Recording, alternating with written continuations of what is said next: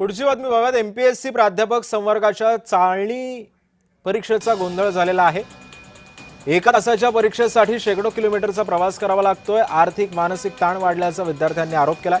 महाराष्ट्र लोकसेवा आयोगाच्या विविध प्राध्यापक संवर्गाची चाळणी परीक्षा केवळ मुंबई इथं आयोजित करण्यात आल्यानं विदर्भ आणि मराठवाड्यातील उमेदवारांमध्ये नाराजी व्यक्त होतीये। केवळ 1 तासांच्या परीक्षेसाठी शेकडो किलोमीटरचा प्रवासही करावा लागत असल्यानं विद्यार्थ्यांवरती आर्थिक आणि मानसिक ताण वाढत असल्याचा दावा करण्यात आला।